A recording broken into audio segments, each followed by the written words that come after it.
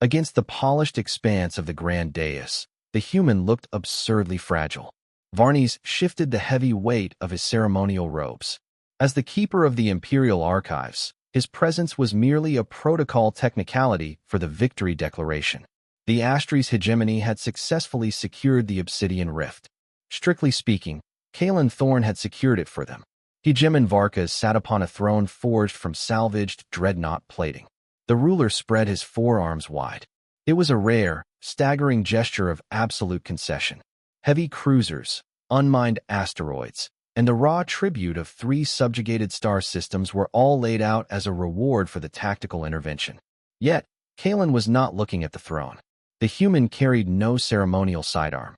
Tucked into the rigid collar of his dress uniform was a battered physical object. Flaking red dust drifted from the frayed leather binding of the Epic of Gilgamesh, settling like rusted blood onto the pristine obsidian floor.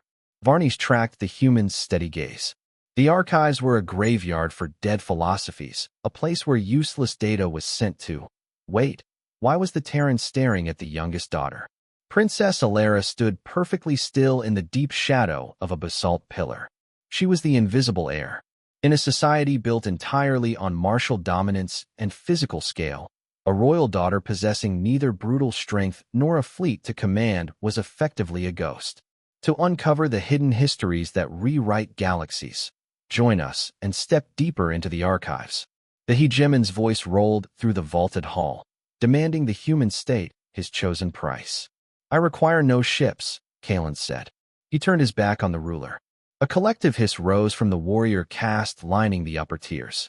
Turning away from the hegemon was an offense typically answered with an immediate execution. Kalen ignored the shifting armor around him. He walked directly toward the shadows, stopping only when he reached the basalt pillar. He dropped to one knee. Clear and loud enough to cut through the hall's acoustic dampeners, he formally requested Alara's hand in marriage as his sole compensation. Confusion rippled through the assembly. Then came the open mockery. High Warlord Mocker did not even bother to roar. He merely turned his back on the display, his heavy plating grinding in a gesture of profound dismissal. They saw a supreme victor claiming the weakest, most broken prize. Varnes leaned forward over the gallery rail. He watched Alara's face closely. She did not shrink from the echoing laughter. Her dark eyes dropped to the ancient Terran tome resting against Kalen's chest, tracing the worn letters, and she nodded. She accepted the proposal to escape her invisibility. Within a lunar cycle, a diplomatic transport carried them away to Gaia Prime. Back in the capital, the warrior caste forgot about the princess almost immediately. Varnes did not. He quietly monitored the encrypted data streams flowing back from the Terran homeworld. The reports were utterly baffling to the military overseers. Alara was not constructing a royal guard or securing planetary assets. She was consuming Terran philosophy. She spent her cycles analyzing their historical failures, their complex social structures, and the linguistic roots of their fragmented societies. While the Astries' hegemony blindly sharpened its plasma blades, the princess was forging herself into a cultural bridge. She was learning the architecture of power, and she was learning it fast. The capital soon burned with the heat of political sedition. High Warlord Mocker had massed his loyalist fleets in orbit, openly demanding the dissolution of the Terran alliance. He called for the immediate annulment of the shameful royal marriage, threatening to fracture the empire if the human was not cast out. The Grand Assembly was a deafening powder keg of shouting, armor-clad warlords when the heavy iron doors finally blew open. Kalen Thorne entered the hostile arena, but he did not lead. Princess Alara walked 2 paces ahead of him. From his high observation alcove, Varnes gripped his iron railing tightly. High Warlord Mocker's roar was meant to signal an execution, which meant the Terran alliance was already. No, she's stepping forward. She isn't trembling. Alara carried a localized holographic projector. She set it on the central stone table. The hall fell silent. It was not a silence born of respect, but of utter confusion. Alara did not speak of honor, bloodlines, or the glory of the kill. She spoke of logistics. She projected a 3-dimensional map of the Obsidian Rift, overlaying it with complex data nodes that the military overseers had never seen. She detailed the cultural fragmentation of the border worlds and mapped the precise psychological vulnerabilities of the mercenary fleets Mocker had hired. She laid out a complete strategic breakdown of Mocker's own rebellious factions using the Terran philosophical frameworks she had spent months mastering in secret.